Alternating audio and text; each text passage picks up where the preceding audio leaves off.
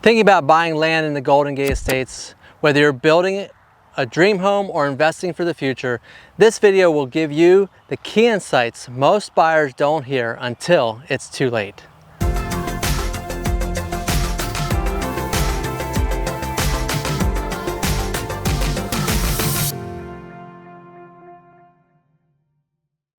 This channel focuses on living in Southwest Florida.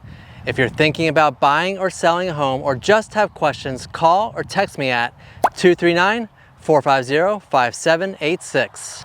The Golden Gate Estates is a unique area here in Naples. Out here, almost every lot is 660 feet deep, and the width of the lot is what determines your total acreage. So you'll see properties that are 1.14 acres, which is the smallest standard size, all the way up to 2.5, 5, and even 10 or more acres. It's all about how wide the lot is. But the real beauty of Golden Gate Estates is this: no HOA, plenty of space, and the freedom to live your life the way you want. Do you want a detached garage? Want to store your RV or boat? Go for it.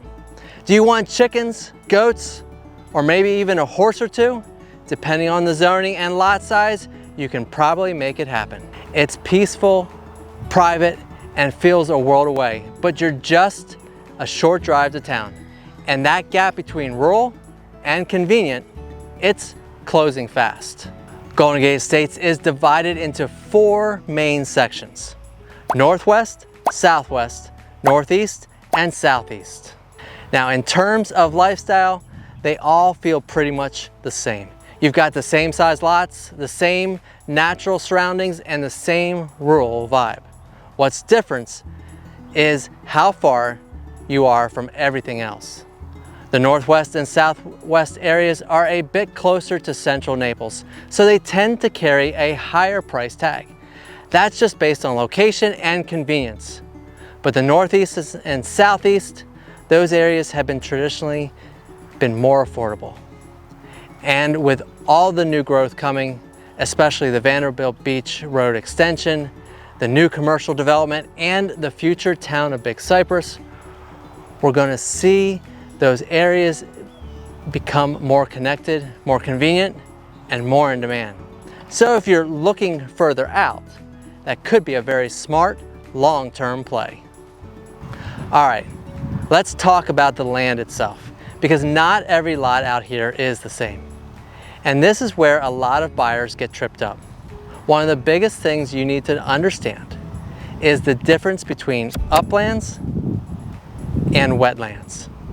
Yes, there are lots in the Golden Gate Estates that are 100% uplands. And yes, there are lots that are 100% wetlands.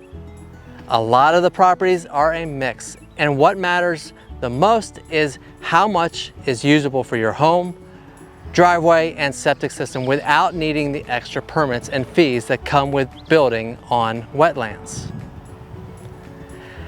Now, you can't always tell by walking the lot. Some wetlands stay dry most of the year and still qualify as wetlands based on the vegetation and soil type. So the only way to know for sure what you're working with is by reviewing a wetland determination or an environmental report. That'll tell you exactly how much land is uplands and how much isn't. If the seller doesn't already have one, it's something you want to get done before you close, or even before you make an offer. It all depends on your plans. It's not that you need to avoid wetlands entirely, but you do need to know what you're buying. And if the usable area is tight, you'll want to be careful about how you lay out the house, the septic, and anything else you're planning to do with the lot. This is one of those things that doesn't show up in the listing typically. And it's exactly why working with someone who knows the estates, well, it matters.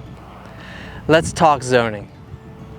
Most of the Golden Gate Estates is zoned allowing for a single family home, detached structures, and in many cases, animals, as long as your lot size and setup. So don't assume. Zoning rules can change depending on location, lot history, or future land use plans. Next, make sure that you get a boundary survey. This shows you exactly where your property lines are and where the setbacks, easements, and buildable areas exist. Don't skip the survey. It's worth every penny. Another common question I get is about flood zones. In the Golden Gate Estates, most properties are in a flood zone, but there are some that are not.